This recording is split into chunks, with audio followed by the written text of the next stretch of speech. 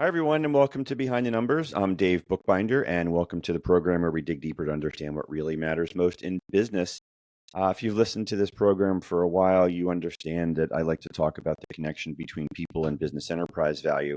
And it's your talent that drives your operations. And we're going to be having a conversation around that subject with Ryan Englin, who is the Chief Executive Officer at Core Matters. He's also the author of the book Hire Better People Faster, and he's also a podcast host called The Titans of the Trades. Ryan, welcome to Behind the Numbers. Dave, it's a pleasure to be here. Well, thank you for joining us. Why don't you tell the audience a little bit about yourself, and then we'll jump in. Yeah, I grew up in a blue collar family. My dad was an owner operator, and like so many entrepreneurs, he had this dream of, I'm going to make more money, have more time. It's going to be great. I can't wait. And his challenge, as he's going through that journey, he had the same challenge over and over again. He couldn't find people he could trust. And it wasn't until I was older, I was like, I want to help people solve that problem. And so I've been in business for almost 15 years now, and this is all we do is we help people fix their people problems, solve the people issues, and I have a real passion and focus on the trades because that's what I grew up in. Yeah, and we're going to dive into all that stuff first, but I want to kick this off by asking you something. We've all heard the idea or the notion that people don't quit their boss, don't quit their job, they quit their boss or their manager. Yeah. Is that still true today? You know, I stand up in front of crowds, do talks and workshops, hundreds of people in the room. They all raise their hands and they're like, yes, that is still true. Okay. People give up things when they leave their home, they leave their family, they leave their friends, they give up stuff, they sacrifice to come work for people. And yeah, they might be fulfilled by their job, they might enjoy the work that they do, but if they don't enjoy the people they do it with, if they don't feel like they belong on part of the team, they're going to look for something else. Yeah, and maybe we can, as we have this conversation about how to better hire and build teams, maybe unpack a little bit about what leaders can do to help retain some of this talent and how they can do some self-reflection, if you will. Of Tell course. us a little bit about the book. What inspired you to write it? You know, my dad's company never got large. He never got to the point where he was pursuing support or help in fixing this problem. He'd read books, he would take college courses, he would do these little things to help. And there are so many entrepreneurs out there that need to hear this message. And so I wrote the book as a guidebook for them, for all the people that I knew were struggling in that early stage of growth that really would never reach out to me to find out more. So that was the reason I wrote the book. And when I did, I wrote it as a how-to guide. You go through it page by page, checklist by checklist, and put these things in place for those smaller companies that we're never going to hire an outside consultant to do it. Yeah. So why is it, Ryan, that hiring is so hard for so many people? What are the right skills around hiring? I think the number one reason it's so hard for so many people is no one's ever been taught how to do it.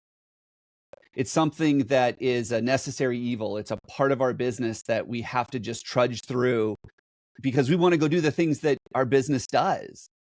Like if you start a business doing electrical work, hiring is not the thing that you do. It's the electrical work that you do. And most entrepreneurs want to focus on that stuff. They hire out of necessity. And because no one's ever been taught how to do it, they don't have the skills, they don't have the tools, they don't have the systems in place.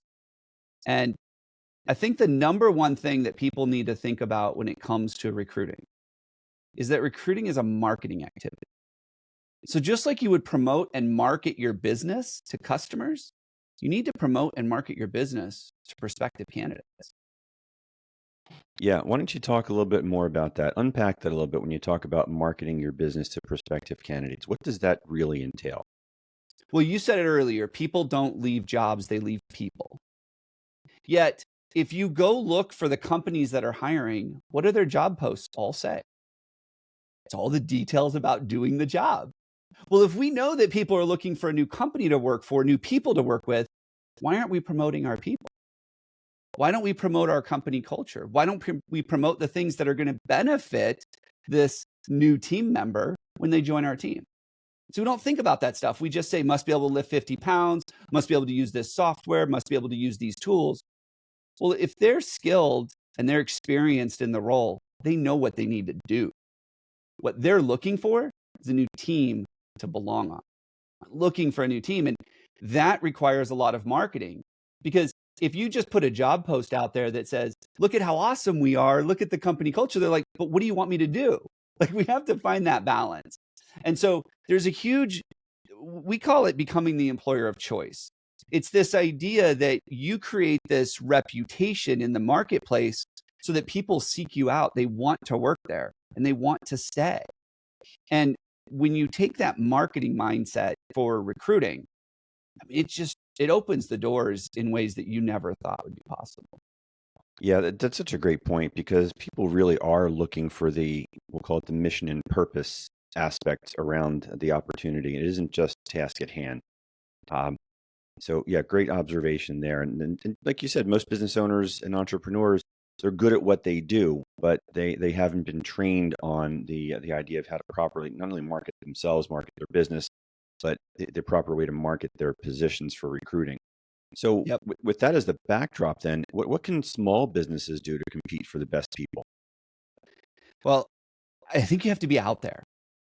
We go to websites all the time. We go to social media profiles. We go to review websites for small businesses. And there's no mention that they're growing. There's no mention that they're hiring. There's no mention of the team. And if I'm a candidate looking for a new job, most likely, it's almost 100% now, I'm going to be online looking for that. But when I go to your website and there's no mention of you hiring, when I go to Glassdoor or your Indeed profile and there's no jobs, when I go to Yelp and I see a whole bunch of bad reviews, as a prospective candidate, I'm going to be like, well, I guess they're not looking to hire, or they're not a great place to work, so I'm going to leave. I'm going to go look elsewhere. And so as a small business, really the thing you can focus on is creating that reputation in the marketplace. Make sure your reviews are solid. And if you've got some bad reviews, make sure you comment on them so that people understand it's not about who you are. It's just a mistake you had on one job. Or if you are hiring, at least have a careers page somewhere on your website. Like, if you ever hire people, have a careers page. You don't have to have a lot of information on it, but talk a little bit about the team. Talk a little bit about the company culture and how you think about people. Put that information out there, because if people can't find it, they're never going to apply. And if they don't apply, you can't grow your team. Yeah, and somewhere in the careers page, there's got to be this, I guess, implicit growth pattern, right? The opportunity to advance. There's a track there for you to get on board and create opportunity. So again, why are so many businesses missing out on that particular component in their websites? Honestly, most marketing companies don't think about it. Most marketing companies are hired with a specific purpose, which is to generate new business opportunities for me. And they're not asking the question, well, as you get more business, do you need more people? Marketing companies aren't thinking that way. It's not their expertise.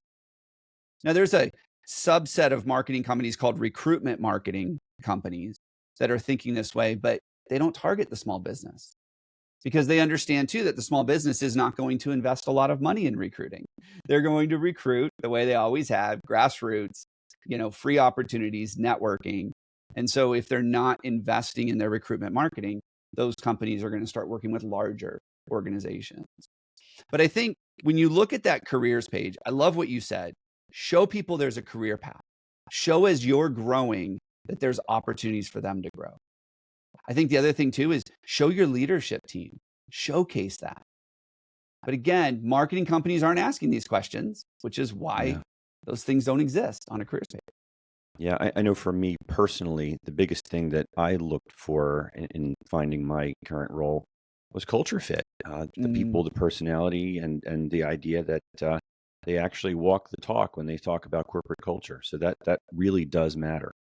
Yeah, and culture is one of those buzzwords. I say this: if we had 10 people and we asked them to define culture, we'd probably have 27 different answers, because everybody has a differing opinion on culture. And we narrow it down to 3 things: the way you behave, why you do what you do, and where you're going. Because people want to hang out with people that behave like them. Like, if what you value and what I value are so different, we're like oil and water, we're not going to function together on a team. Right. If the reason you get up every day to do what you do and the reason I get up to do what I do every day are different, Like if you're driven by more of a global purpose and an impact in the local area, but I'm driven by money, that might be a real challenge for us to function together as a team.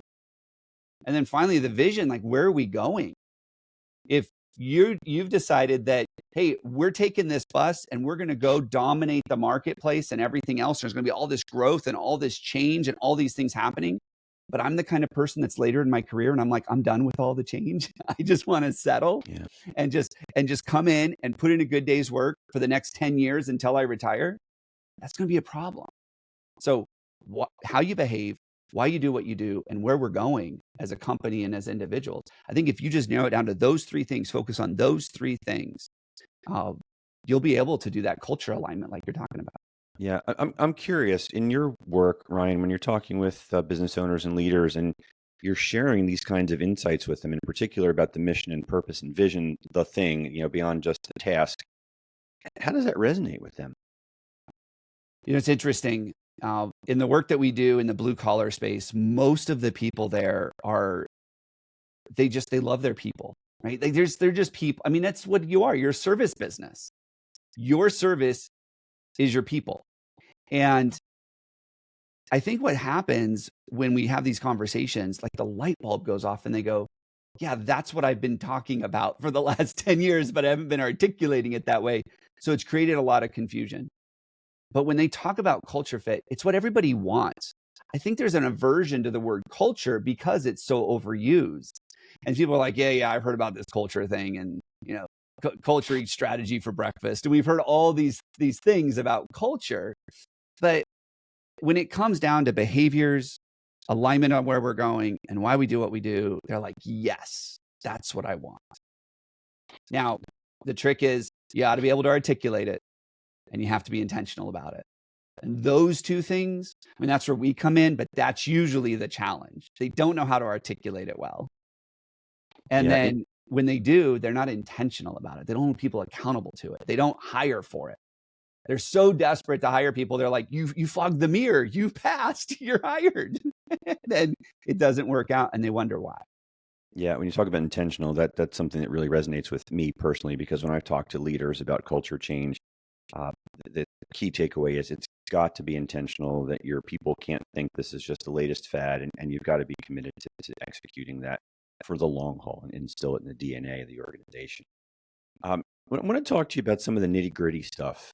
Sure. Interviewing, let's start with there, because most people frankly suck at interviewing. We all like to think that we're good at it because we know what we're looking for. And I can tell you that I'd like to think that I got better at it over the course of my career, looking for more things like intellectual curiosity and empathy and teamwork and all those things, figuring that ultimately you can train some of the skill sets if there's any deficiencies. But there's so many blind spots. What are we all missing on interviews, and how should we be thinking about that better? Yeah. So for us, there's 4 parts to the interview. There's the pre-screen. And a lot of companies don't even bother with this because they just feel like it's a waste of time. They just want to get people in to interview them. And then the candidate shows up, they talk to them for 5 minutes and they're like, I'm not hiring that person anyways. Well, that pre-screen is designed to help you figure out, do you want to spend more time with this person? Is this someone that you connect with? Forget whether they can do the work or they're a culture fit. Like, do you just enjoy talking to them? Because if you don't, that's going to be a huge hurdle you have to overcome early on in the interview process. And we skip that step. And then we get to the point where people ghost us. They no-show. They're duds during the interview. We don't hire them anyways. And we are exhausted as entrepreneurs in interviewing, that we're like, I don't have time to do it right because it's exhausting and I'm out of energy. And this isn't something that I do. And that pre-screens are a real critical piece. But then when you bring people in, like you just said, focus on culture fit. We're really good at saying, can you turn the wrench? Can you provide this service? Can you do the work? Because that's what we're thinking we need someone to do. But that culture fit is so much more critical. I can't teach somebody to show up on time. I can't teach them to respect the customer or the team. I can't teach them how to communicate well. But what I can teach them is how to turn the wrench. So the things that we historically interview for are the things I'm going to teach them anyways. What we need to do is focus on the things I can't teach, the behaviors. And so one of the things I recommend during the interview is don't ask them questions. Don't be like, hey, Dave, so tell me about punctuality and what it means to you. Because you know exactly what I want to hear. Oh, I'm always on time, maybe even a little early. I do all. No. What I'd rather do is, hey, on that pre-screen call, hey, Dave, by the way, we have this philosophy here that being early is actually on time. So I know we're setting your interview for 7 a.m., but it's really important that you're here 10 minutes early. And so I just tell you what it is that we want to see. And then guess what question number 1 is on the interview? Did Dave show up 10 minutes early or not? Yeah.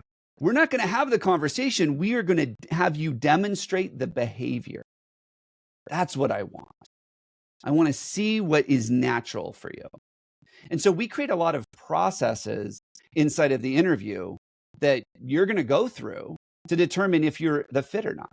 Not because you know what words I want to hear, but because I want to see behavior in action. Yeah. Speaking of behavior in action, there's a couple of things that I jotted down here quickly. If I can share a couple of brief anecdotes with you. One of the things that resonated was when you talk about somebody shows up as a dud. I remember I was interviewing a rising star candidate, and he came in a little flat. And but I saw something, I don't know what it was, but just my spider sense was tingling, if you will. And I decided I wanted to do a follow-up with this guy, but not in an office situation. Take him out, grab lunch, just see his personality. And it was a completely different vibe. Wound up hiring him, and he turned out to be an absolute rock star unicorn employee. So first impression as a dud may not necessarily be the lasting impression.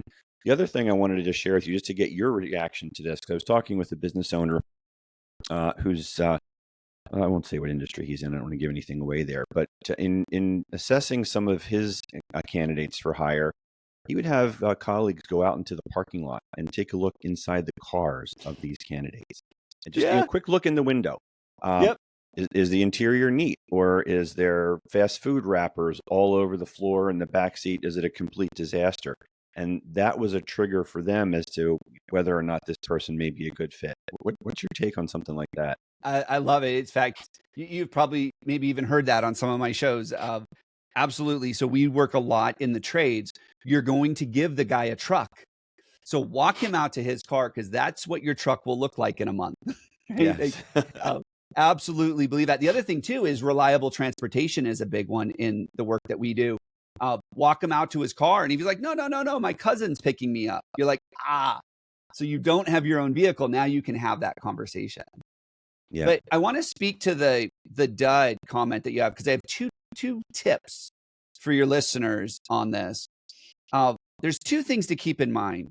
The first one is, remember that most people suck at interviewing. And I'm not just talking about the interviewer and the entrepreneur. I'm talking about the candidate. So there's 2 types of people in the book Radical Candor. Kim Scott talks about this. There are rock stars and there are superstars. And rock stars, they're the rocks of your organization. They're foundational, but they don't look to move up. They just want that stability. Like I was talking about, that guy that's 10 years from retirement. I don't want to do a whole lot of new stuff. And then the superstars are the ones that are like, no, Dave, today's day 2. I'm ready to be CEO. Like that's their mindset. Well, here's the thing. Most of the time, what I've found is entrepreneurs, they want to hire rock stars.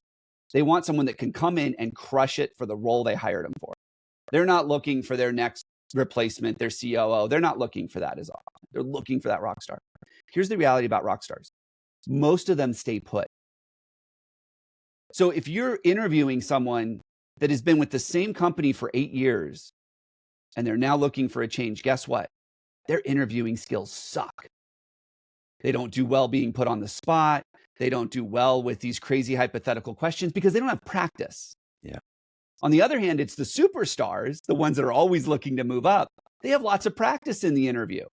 They impress the heck out of us. And then we hire them, and all of a sudden, we're like, this is a mess. I can't have this guy be here. So I want you to have that mindset. When you've got someone who's struggling in the interview, that's an opportunity for you to put on your coaching hat and say, do we need a change of scenery like you did, which worked out great? Or do we need a change of questioning? Sometimes those people, just taking them around and walking around the office is enough for them to break open. Yeah. So that's one thing I want you then to think about. The other thing is too, we often hire people for a specific role, and then we interview them in an environment that is counter to that role. And a great example is someone that's going to work on the phones for you. We hire someone like a customer service rep or even outbound sales reps that are going to be doing a lot of work on the phone. And then what we do is we interview them face to face and belly to belly. And we sit across the table and we connect, and we are able to share the body language and read each other. And we're like, this person's amazing. And then we go put them on the phones, and it's a disaster because that's not their competency. So what I would encourage you to do if you're hiring someone for the phones, say, hey, Dave, it's great to meet you. You're going to go in that office. I'm going to go in this office, and that phone's going to ring in a couple minutes, and we're going to do the interview over the phone. Interesting. Because I want to see how well your phone skills are developed. I want to make sure that you behave in a way that's consistent with what I'm looking for over the phone. So 2 things that we see people make mistakes on a lot is hiring those superstars because they're impressed in the interview, and then interviewing people in an environment that's not conducive to what the work they're going to be doing. Yeah, that's an interesting observation about putting them in the other office and let the phone ring. I like that. You mentioned the word ghosting, and I want to just explore that just a little bit because I'm still hearing from people that, yes, they get ghosted on interviews, and even worse, you hire someone and they don't show up. Or maybe they show up on day 1 and then they're gone. Yeah. What goes on there? Yeah. So 2 different scenarios, the day 1 and then not showing up, and then the person just ghosts you in general. So let's deal with the first one first. So you get an application in and you call the person, and maybe they agree to the interview, but then they no-show you and you never hear from them again. What we found in that situation is that person, either you move too slow for them, which is very likely the case. You move too slow for them. Remember, as I forget what the number is, you might know this better, but it's something like 80% or even higher than that of Americans do not have enough in savings to go a month without a paycheck. I mean, it's some crazy number. Like, they are not able to live. They live paycheck to paycheck. So if we delay at all, especially if this person's unemployed, they're going to take the first job offer they get. So we have to move fast. And it's easier to just ignore you because I've already got a job. Yeah. Right. That's one. The other time that we see it happen is you didn't connect with them enough during that phone screen for them to go, hey, I don't want to let Dave down. I'm going to show up for the interview he invited me to because we connected on something, personal or otherwise. But when you don't even do the phone screen and they get an email from you, you're not even a face. So there's no connection. So I don't feel bad ghosting you. Right? I just don't. And so that's one part. So the recommendation is connect with them a little bit on the phone. Find something you guys have in common. Find a reason that they would belong well on your team. Give them a reason to want to show up or at least connect with you. We give out this tip. If you're on the phone screen and you're sensing they might ghost you, just ask them, hey, do you plan on ghosting me? And it's funny because when you bring up that awkward question, they're like, no, I would never ghost you. Great. So what happens if you don't show up? Let's have that conversation now, right? You're on the phone. So that's one. The person that shows up and then maybe they work for a day or two and then they just disappear. What we found there is that their expectations are not being met. And usually what happens, and we run into this with marketing all the time, is we promote ourselves as this awesome company with great leaders, and we care about our people, and we give them opportunities to grow, and we want the best for them. And then they show up day 1 and we're like, hey, new guy, who are you? I didn't even know you were starting today. And they're like, this is counter to what I was told about how you take care of people and how you invest in people. And then you just go and you put a shovel in my hand, or you put me on the phones with no training. That's counter to this idea that you care and invest in your people. And so they get to the point where they just say, you know what? This is not what I was sold. I'm out. And we did not align their expectations properly. And that's where that issue happens. Yeah. And just to be fair, because I hear and see this all the time as well, the ghosting is a two-way street. There are a lot of times where the employee puts in their application, reaches out to the company, maybe even had a conversation or two, and then the company goes dark on them. Yep. All the time. All the time. Because we're busy, right? We're busy. I don't have time to deal with that job application. I got to go deal with this customer that's mad at me. Yeah, I And got to go put out the fire because I don't have enough people, but I don't have the time to respond to the job applicant. isn't that ironic? You know how many times people have canceled a sales call with me because they didn't have enough time because they had a guy call in sick or they had some, and they canceled with me like, I don't have time, I'm short staffed. And I'm just like, the irony. Yeah, exactly. It's the same thing. I want to talk about something that you mentioned in the book, and I know you talk about this quite a bit, and that's the word empathy. Mm, We talk about that as an important skill set, soft skill, critical skill for leaders and organizations, and leaders that display empathy tend to outperform. I want to get your take on that, Ryan. absolutely. And I will tell you, in the work we do with the trades, like empathy is a 4-letter word. Like you don't use it, right? It's weak, it's soft, like, it's a soft skill. And so we run into a lot of, especially people that have been in the industry for a long time, that they're scared of this word. They don't like it. And when we slow down for a second and we think about what that candidate or that employee is going through, and we think about the impact it is having on their work, there's usually not anything outlandish that we have to do to support them. But we've got to recognize what they're going through. We've got to care about it. And we've got to say, hey, you know what? I've been through that too. It's not, we don't live in this world where people can just flip a switch when they walk into the office or they walk onto the job site and they just flip a switch and their personal life is completely forgotten, right? This isn't science fiction. That personal life comes with them to the job site. So if they walk out of the house in the morning and they fight with their spouse and they didn't make up, that is with them the entire commute. That is with them when they start work. They are sitting there thinking, what's it going to be like when I get home? That is going to impact them all day. And sometimes being empathetic might just be, hey, you know what? Take 15 minutes in my office and go call them. Just patch things up. Giving them the opportunity to take care of the things that are draining them personally can have huge impact on their productivity at work, on their loyalty to you as an employer, because most employers don't care about this stuff. But the reality is, people were not created just to work, right? Like that's not their purpose in life, is just to work.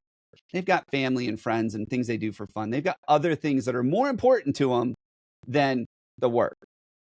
The paycheck supports those things. That's why they come to work.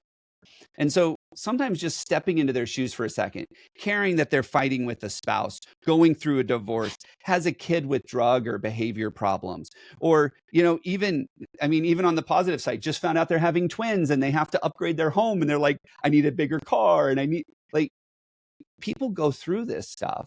And as employers, I believe that it is our duty, it's our responsibility to come alongside and say, let me help you through this. Because for most people in America, they don't have close friends. They don't have support circles. Work is that for them. And if we can be better at that as employers, we could be a little more empathetic, care about the things that they're going through, support them in any way we can. We're going to create not only a loyal workforce, but a very productive workforce, because they will work harder for you knowing that you're working harder for them. Yeah, so much good stuff that you just shared right there. I want to just emphasize some things because we're all taught to show up as our best self when we come to work and leave the other stuff behind. But as you pointed out, people are human, and it's hard to. It's not like they're walking into the severed floor. Severance, a popular show right now. Yeah. If you don't have the chip in your head, you can't just leave the personal life when you get in the elevator. Yeah. And you can't make assumptions. I think Simon Sinek talks about this. I've seen a couple of his videos, and I've certainly experienced this in my own personal life. But if you've got a good employee and suddenly their behaviors change a little bit, don't make any dumb assumptions that they've checked out necessarily. Check in with them and find out what's going on. They could have an elderly parent who's ill. There's a lot of stuff, so much stuff. So thanks for sharing that, Ryan. Really appreciate it. We just had a conversation yesterday with a client, plumbing contractor, And one of their rock star guys is all of a sudden in the last month or two complaining about how he's not making enough money. And he needs to figure out something else to do. And so I asked him to pull the data. And in November, December, January, the guy was a rock star, crushing it, no issues. And then all of a sudden in February and March, he went to, his callbacks went up from nothing to 10% of the jobs that he was on, which means there were jobs he was making mistakes on all of a sudden starting in February. And they just wrote it off as, well, callbacks are a thing that happens. I'm like, nobody goes from no callbacks to all of a sudden a bunch of callbacks because that happens because something is going on in their personal life. And you need to figure out what that is and support them with it, because the income that the guy's missing out on because of those callbacks, he's feeling that. That's real for him. That's impacting his family. Support him, walk him through it. But so many times entrepreneurs just sign it off as, oh, he's not the tech he used to be. And that's not the case. Yeah. Usually there's a triggering event, and it's almost always something personal that happens. Exactly. We're getting down to the short strokes here, Ryan, but before we wrap, I do want to give you an opportunity to share with the audience your thoughts on how we can better improve the process or highlight some things that are going wrong that we should be looking at. What's the best way to be thinking about how to do hiring better? Remember that people are interviewing you just as much as you're interviewing them. So be authentic during the interview. Stop sugarcoating it. Stop putting out your best foot forward. We've seen companies that are like, hey, you better hide my cousin Jimmy. We got a candidate coming in. I'm like, he's going to have to work with cousin Jimmy. Like, just be authentic. Be honest about it. We want candidates to be authentic and real with us. We need to do the same thing. So if your marketing company comes out and wants to paint this glamorous picture of who you are, make sure it's real. And that's a big piece of it. And then spend time in the interview. It blows my mind how many leaders always can find the time to do it over, but they can never find the time to do it right. Spend time with the guy or the gal. Spend time with them. Get to know them. Make sure they're going to be the right fit. Set proper expectations with them. Think of this like a long-term relationship. What would you want to know about somebody before you jumped in together? That's what you're doing. Yeah. So just spend time with people and be real. Yeah. They have time to do it over, but they don't have time to do it right. Really, really well said. Yeah. Really good stuff. Ryan, before we say farewell, tell the audience a little bit about your podcast, where they can find it, and how they can find you and connect with you. The podcast is Titans of the Trades. We interview people that are in the trades to give hope and inspiration to the people that are struggling. Right? And almost everything we talk about, every episode is just packed full of actionable tips. They're short. Busy entrepreneurs don't have a lot of time. And almost all this stuff translates to any industry. So it's not just for companies in the trades, but that's who I'm interviewing. And they can find it on any podcast platform. We've even got a YouTube channel for it as well. And then as far as connecting with me, I'm on LinkedIn. But if you go to corematters.com, you can learn all about our process, the work that we do. You can connect with us there as well. And in fact, for your listeners, if this is okay, Dave, I'd love to offer them a free copy of my book. Absolutely. If they go to corematters.com/free book, they'll be able to request a copy of my book. I only ask for a little bit of help with shipping and handling. I'll autograph the book, send it out to them, and put some really good tips and tools into their hand. That's awesome. Thank you so much for that. I hope everyone out there takes advantage of that. Yeah. Thank you. Ryan, thanks for joining us today. Really good stuff. Really enjoyed the conversation with you. Thank you, Dave. That's my pleasure. Thank you out there for listening and supporting this program. We can't do it without you. Hi, Frank. I know you're out there, so I just wanted to say a quick hello to you. So thank you for your support, as always. My name is Dave Bookbinder, and I would invite you to connect with me on LinkedIn. I'm always happy to have a conversation. And that is all we have for today, gang. We'll catch you next time on Behind the Numbers. Take care.